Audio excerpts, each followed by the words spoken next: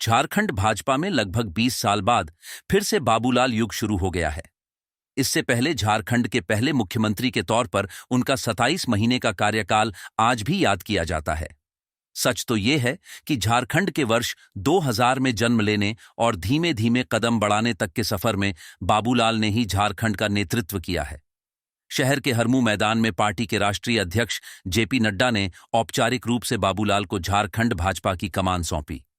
हालांकि इसकी शुरुआत इसी साल 4 जुलाई को तब हो गई थी जब पार्टी ने उन्हें भाजपा का प्रदेश अध्यक्ष बनाया था। हरमू मैदान में जनता के हुजूम और भाजपा कार्यकर्ताओं की उम्मीद भरी निगाहों के बीच नड्डा ने उन्हें पार्टी का नेतृत्व तो सौंप दिया है, लेकिन बाबूलाल मरांडी के लिए आगे की राह आसान नहीं है। उनके सामने सबसे बड़ी चुनौती तो भाजपा प्रदेश कार्यसमिति के गठन की है। ये काम 4 महीने पहले ही पूरा होना था, पर अब तक लटका हुआ है।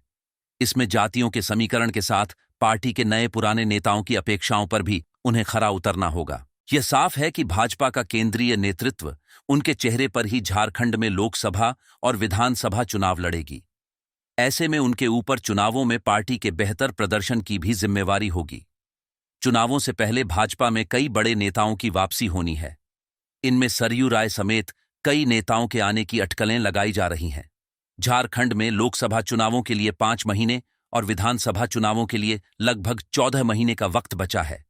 ऐसे में चुनावी रणनीति बनाने के साथ ही केंद्रीय नेतृत्व के साथ मिलकर उम्मीदवारों के नाम तय करने का काम भी उनकी जिम्मेवारी होगी। लोकसभा चुनावों में पार्टी को कई उम्मीदवारों के नाम काटने पड़ सकते हैं और ऐसे में उनके बागी होने का भी खतरा रहेगा।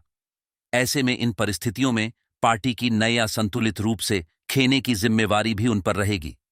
चूंकि बाबूलाल मरांडी अब प्रदेश भाजपा के कमांडर इन चीफ हैं, तो वे चाहेंगे कि पार्टी लोकसभा चुनावों में कम से कम 12 सीटों पर तो जीत दर्ज करे ही, बल्कि विधानसभा चुनावों में झारखंड में अपने दम पर सरकार बनाने की स्थिति में आ सके।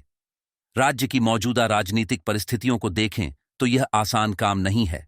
हालांकि बाबूलाल मरांडी को संगठन का पुराना अनुभव है और चुनावी गणित के हिसाब से काम करने में भी वे कुशल हैं, पर धारा के विपरीत प्रदेश भाजपा की नाव खेने का काम उनके लिए आसान नहीं होगा। हालांकि रघुवर दास की प्रदेश की राजनीति से बाहर होने और अर्जुन मुंडा गुट के कमजोर पड़ने के साथ प्रदेश भाजपा में आंतरिक गुटबाजी थोड़ी कम हो गई है, लेकिन ऐसा नहीं है कि पार्टी में खेमेबंदी अभी भी है। ऐसे में इस गुटबाजी से जूझते हुए उनके सामने चुनावों में पार्टी का प्रदर्शन बेहतर करने की जिम्मेवारी होगी। इसके अलावा पार्टी में अभी भी झाविमो से आए नेता और कार्यकर्ता अपना स्थान बनाने के लिए जूझ रहे हैं। उन्हें पार्टी में इस प्रकार समायोजित करना कि उनका सम्मान भी बना रहे और भाजपा के पुराने नेता और कार्यकर्ता असहज न हो, इसे इम्प्लीमेंट करने की जिम्मेवारी भी उन्हीं पर है। कहने में ये भले ही आसान हो, पर यथार्थ के धरातल पर इन चुनौतियों से निपटना आसान काम नहीं है।